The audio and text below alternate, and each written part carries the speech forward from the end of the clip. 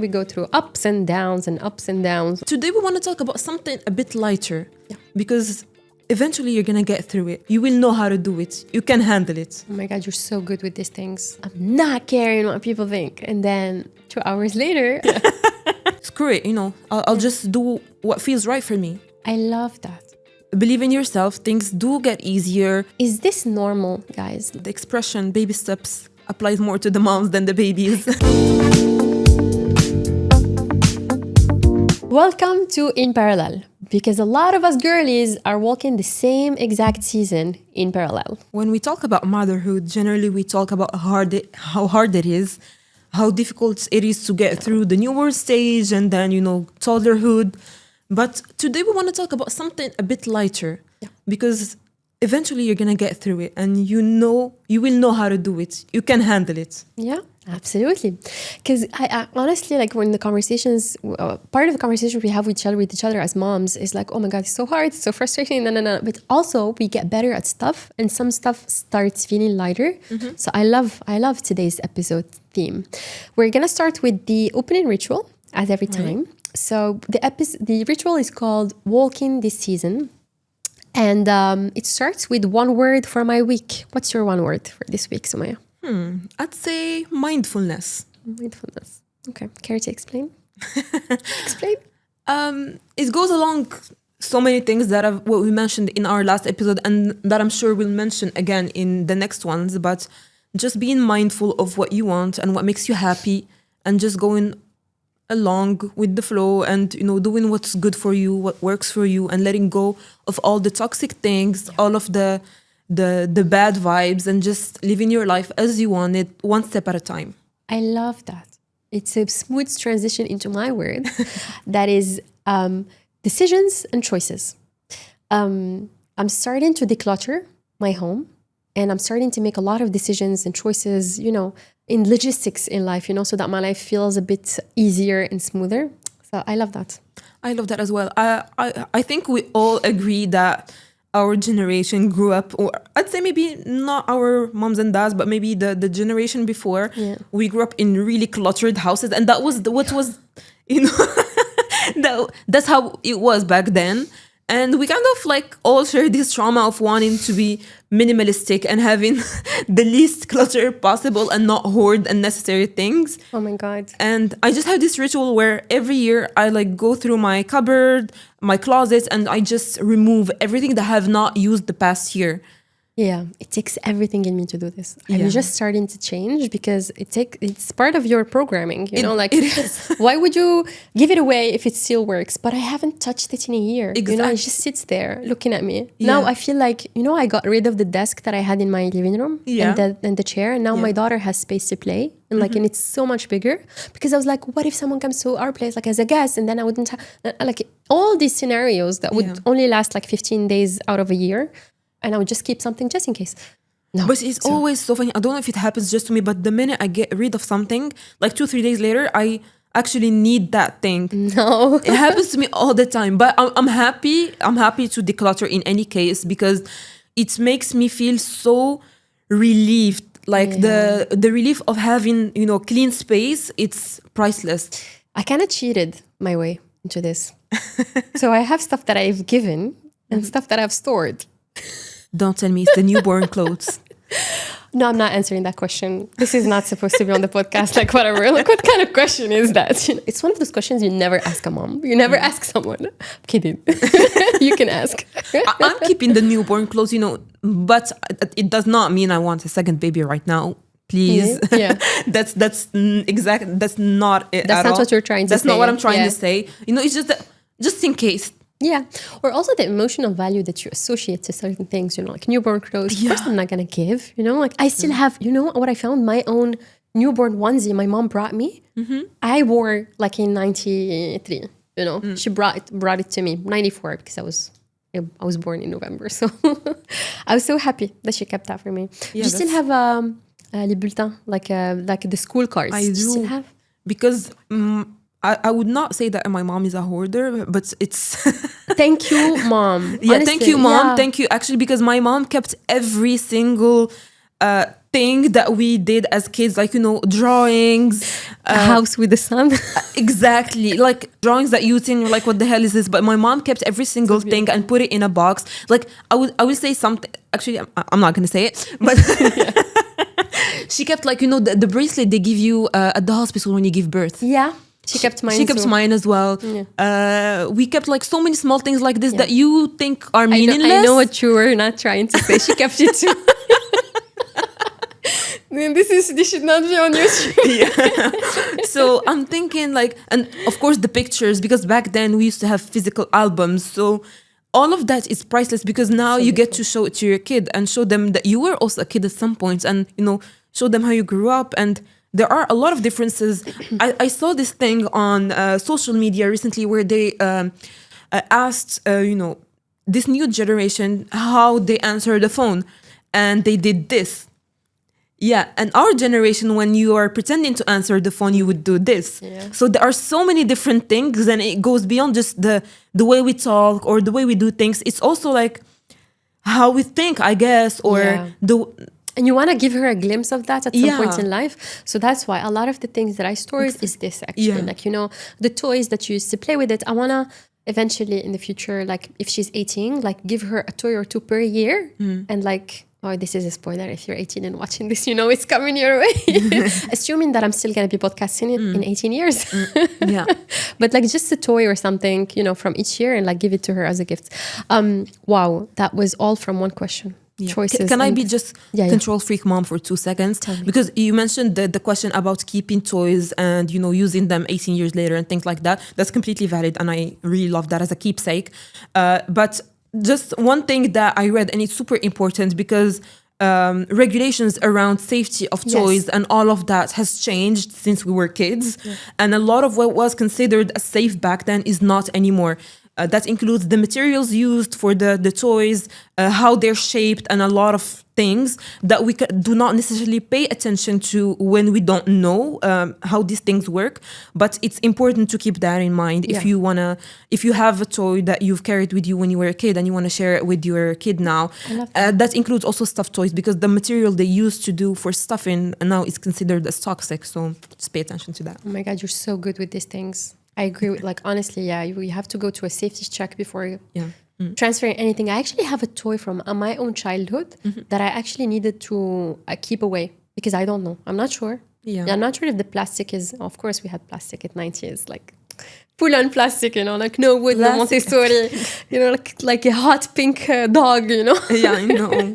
You press it, it wakes up the entire neighborhood, like they whistle, but like the whistle that would, like a siren, it's like an ambulance siren. I know. So I'm keeping it away just as a decoration, and I tell her that's mommy's toy, not yours. Good point. One tiny win for this week. So I helped a mom figure out something. Not me. Not you. And it's not even a mom I know personally. It's a friend's sister who recently became a mom. Okay. So my friend went to visit her, and they were struggling with figuring out something really small. And she just talked to me on WhatsApp, and I kind of helped her figure, I hope, and it felt really well. And we're hoping that this podcast, reaches more moms, people and helps absolutely. more moms. Yeah, That's or the moms point. to be, honestly, like whichever of season course. you are in, and if you relate, we're happy. Yours truly. One thing let me share my win. See, I was gonna brush it. I worked out 3 times this week, although I was not feeling it. The gym staff, the gym that I go to, are so nice. They know when I'm off, because I was sad because Morocco lost the AFCON final. So they came to me on Monday morning and they were like, "Are you sure you're okay?"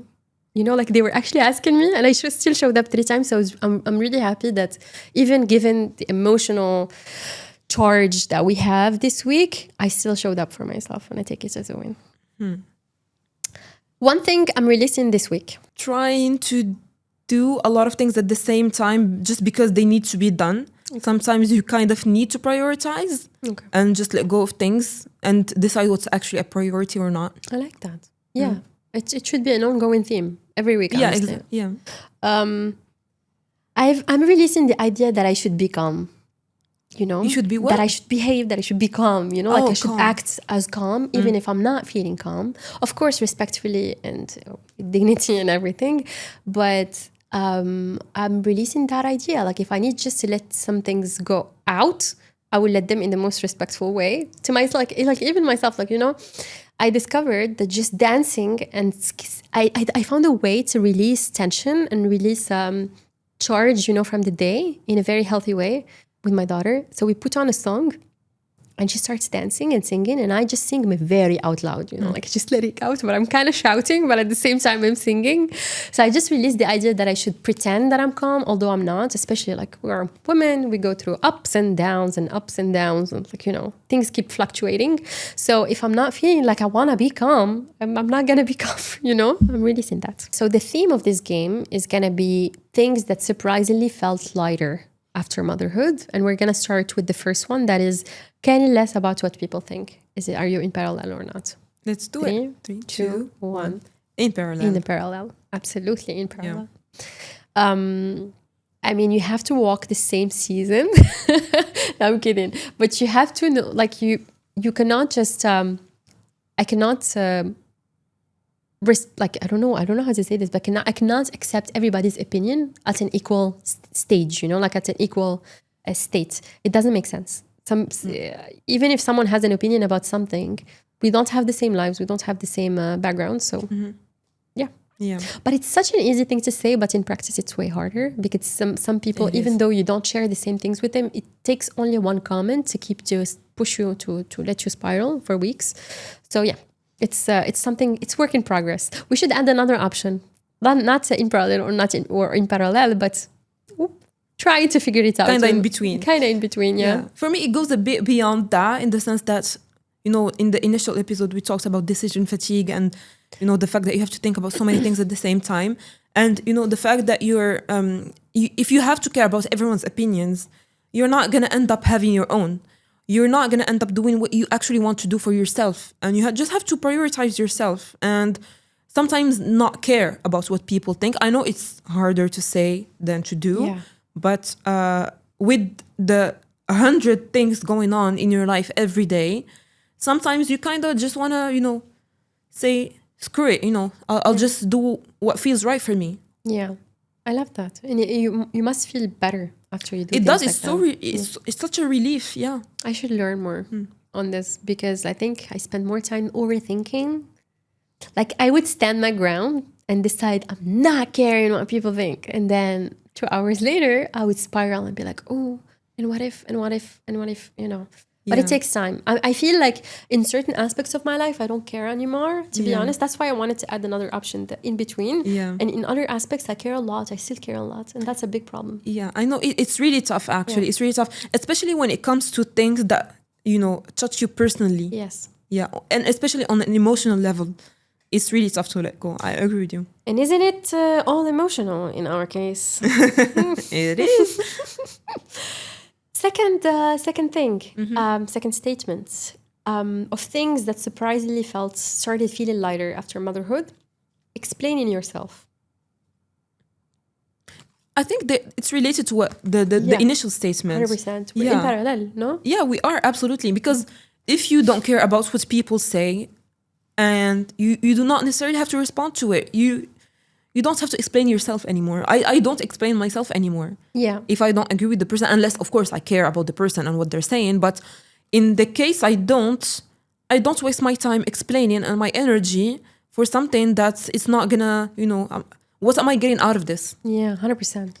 This is something I started consciously doing in 2026 in January. And I would catch myself sometimes writing a text with like 3-4 excuses of why am I changing plans or doing things the way I want to do them. And I would find in the text like, because 1, 2, 3, 4, like I'm giving excuses and explaining and oversharing. And then I would just select all, delete, and I'm like, I can't anymore, sorry, let's reschedule. Or something like that, you know? Like I don't have to explain anymore. Because if I'm doing that, then it makes sense for me and I'm completely aligned and it comes from an ethical place, whatever, and all of that, all the checks are there. I just don't have to tell people why am I doing things the way I'm doing. And I noticed it's not in every aspect of my life again, but in texts. Like in specific context, I don't explain anymore. I just like, this is it. That's it. No explaining needed. I get it. The urge to say yes to everything. I kind of need the in-between option. You can use the in-between option. Yeah. When it comes to... But like the question is very clear. It's everything. So it's either a yes or a no. No, I would never say yes to everything. Yeah. Although I am the kind of person who's very spontaneous and wants to, take things lightly, have fun. But I would not say yes to everything for sure. There would always be a balance and reason to my decision and thinking like, do I actually need this? Is it going to be beneficial for me? Am I going to feel bad about doing it later on if I don't get enough sleep, for example, and go out with my friends? Yeah. So I just kind of have to find a balance and think whether it's actually a good idea or not. I agree with you. Well, before I would feel the pressure of saying yes, because what else am I doing if I'm not saying yes? Like if there is an outing or something like that, and I'm like, what else am I doing? Raising a kid? Yeah, no. Before the kid, I would feel the pressure of saying yes because I don't have a strong enough reason, to just say no, and because I'm not saying I'm hiding behind the idea that I'm a mom now. I can say no to things. It's just something that became surprisingly lighter. Just saying no. Yeah, because it could, everything could be okay in your life. Yeah, she's sleeping, you're sleeping, life is good, but you just are not feeling it, and you can just say no. And it got surprisingly easier, honestly. I have something else, and it's something that really played tricks on me. It's the need to be an interesting person in a crowd. Yeah, that's deep. Yeah. 1, 2, 3. Not in parallel. I kind of feel how you feel. I used to be like that at some point in my life, but not anymore. Which is why I'm not in parallel. Explain, just to make sure we got the question the right way together. So I feel like you want to fit in. You want to feel like you're interesting in a group setting, like you have interesting stuff to share about your life, Yeah. if someone is telling you about what they did last weekend and everything, you can jump in and be like, oh, and we did this and this and that, and you can engage in the conversation in a historically accurate way, not like, I've done it 4 years ago, you know what I mean? Yeah, I get it. Feel you're still part of something, you know? I feel like at this point I kind of filter through my network enough to kind of only have the people I really care about and would not judge me about what I do or do not do. So I kind of let go of that one. It got honestly surprisingly lighter, because before, I think what would be especially in our life in Paris, honestly, you had to be it's not had to be, it was fun to be interesting. It was interesting to do interesting stuff, you know. But now when I came back, for example, from maternity leave to work, or I just felt like a lot of my identity is being a mom. And before getting pregnant and becoming a mom, I was like, well, no, I'm not gonna be one of those people that becomes all they talk about is their kid. But in certain life phases, it just feels completely normal to just talk about that, because it takes your entire brain power, and it's not, why would I be the interesting subjects to me, oh, she's not teething anymore, is not an interesting subject to you. You know what I mean? Yeah. And it just felt honestly lighter. I can just be like, oh, no, what did you do this weekend? I just spent the weekend with the family, and it's an okay answer. And it's a great answer for me. It absolutely is. Yeah. I have another one for you. The fear of slowing down. This is an in-between thing for me as well. Explain. So in some areas of life, yes. From a career perspective, you are kind of scared to slow down and, miss out on certain things. We both were always, career women. We were driven to, We still are. We still are, yeah. We were always driven, successful, and, we had a career path in mind. And now with, so many things going on the same time, motherhood, the baby, so many things add to your schedule, you fear of, missing on certain things.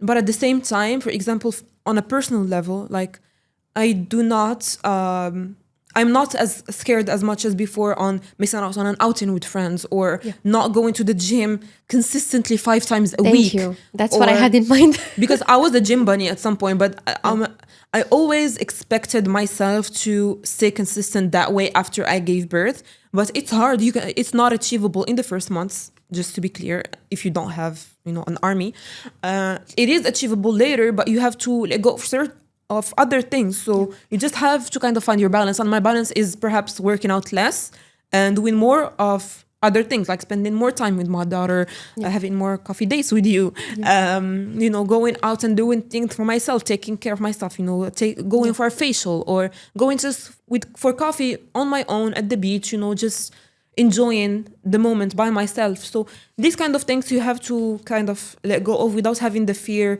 that you're missing out. But at the same time, you cannot help yourself but fear that you are missing certain things. Yeah.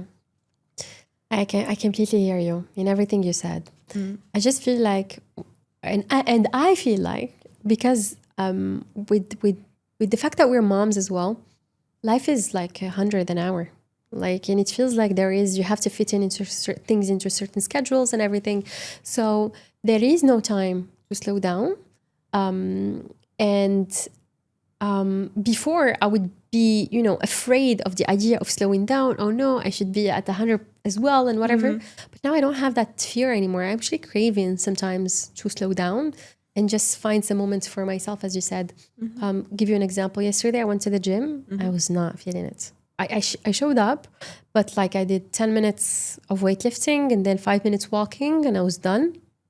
And I just sat on a chair and I put some music and I listened for music for 20 minutes. And that was such a sweet moment. Amazing. Of slowing down. That moment would have scared me before because I would be like, well, what the hell? I came to the gym and it's an accounted for session and you've done nothing but just sit and listen to music, But now I don't have that fear anymore. I feel like it's okay. It's okay to slow down. I think it's also a cultural thing in our case where determination and commitment is very important. When you commit to doing something or finishing a task, you have to actually do it as it's supposed to be. But I completely agree with you and completely feel you on that point. I myself find sometimes myself, just like you go into the gym and I'm completely exhausted, but I have to go just because, I have to stay consistent. But then I get there and I feel completely exhausted and weak. And I do whatever I can do just, to do it. And it's amazing that you can show up in the first place. And just the fact that you do those 10 minutes, you go for 10 minutes and you do whatever you do, it's already an amazing step forward. I started noticing these things as well with my daughter. How I caught myself at certain moments in which I needed to be the constant entertainer for her. Like music all the time, or let's do colors, or let's talk, and let's read books and whatever. But now I'm kind of forcing myself to just teach her that it's okay to sit down in calm. No music, nothing. You just sit and do stuff all around. And she would find the craziest stuff to do. She's so curious. She would find, I don't know, a Post-it and start rolling it, or stuff like that for 10 minutes. And I just love that. I think it's also, again, when we go back to the idea of they're taking example on us, it's also the idea that life does not have to be 100 an hour. It's okay to just sit in silence. Absolutely. And for kids, I feel like boredom is very important for kids because it teaches you to be creative. And in this day and age, kids are overstimulated, as you said, coloring, kids shows, music, going out, friends, doing this, doing that. So their days are packed, which is good because they know they have a lot of things to do and they learn by doing them. But at the same time, some time to just calm down and sit and do nothing will help them develop the creative part of their brain. And they're still so small and they have to think about ways to entertain themselves. And you're doing them a favor by, letting them do nothing. Because ultimately that's going to help them and shape who they are and how they think. 100%. I love that. Well, yeah, this is to say that a lot of the things that we experience together as moms made us only some things got lighter and easier rather than harder. Yes, a lot of stuff challenge you to the max. Disclaimer. But it's also about the things that get easier because you get more resilient, or you just gain a certain level of awareness that makes you perceive things through a completely different lens because you're a mom now, and it's okay as well, Absolutely. If I just want to add one last thing to what you said, is that believe in yourself, things do get easier. Put yourself first, because a happy mom is a happy baby. Absolutely. And they feel everything. So take care of yourself. Do that thing you want to do. Go get that facial. Go to the gym. Take care of yourself. Put yourself first. The baby is a priority, of course, but you have to prioritize your own emotional and physical health as well. I love that. And actually, I have a very concrete story on this. And you know the story, right? Yeah, I do. Of Pilates, you know that? Well, the things, speaking of things that really got easier, I remember, I think I was 5 months postpartum. And I signed up to this Pilates program that had like, I think 12 weeks or something like that. I don't really remember. I think it was 8 weeks. And it was literally 5 minutes walking distance from my place. So all I had to do was to leave my daughter with the nanny or her dad for 1 hour. Plus 5 minutes walking back and forth. So that's 70 minutes. Am I doing the math? All right, yeah. So I went to the first session. I had my phone with the cameras on. And I was constantly calling the nanny, going to the other room to pick up the phone, like to call the nanny and check on her, like if everything was okay and everything was fine. And I would catch myself. I tried the second session, and it took everything in me. And I tried to find every single excuse to cancel. Just cancel the session, find a proper excuse to tell the teacher, And then what would happen is that I would stay a bit longer at the class. Why? Because I was asking every mom that was there, is this normal, guys? Did you feel the same way of not being able to let go of your baby at the very beginning? And every single mom was telling me the same. And unfortunately, I don't know if it was fortunate or unfortunate, but all moms were second-time moms, so they were more relaxed into their role. And I couldn't find someone who was also a first-time mom. But I remember the teacher that was doing these sessions, she told me, she honestly, she put her arm, like a hand on my shoulder, and she was like, you're not ready, and it's okay. Give yourself time. It's okay. Now what you need is to be fusionnel, be close to your baby at that point, like to that stage, and it's completely fine. And this is one of the things that got super light, because now she goes to nursery, I'm able to work out, and it's something, even if you think that you're never gonna go beyond a certain point or version of yourself, some things do get lighter. If you had told me back then that I'd be sitting here while she's at nursery, like recording a podcast while she's there, the concept of it wouldn't have sat with me, So, I feel like the expression "baby steps" applies more to the moms than the babies. we are learning this for the first time as well, right? Yeah, definitely. 100%. Absolutely love this conversation. If this felt in parallel to you, if you relate to any of the things we mentioned today, make sure to tune in for another episode coming up next week, and make sure to like and subscribe. Yay! Take care, guys.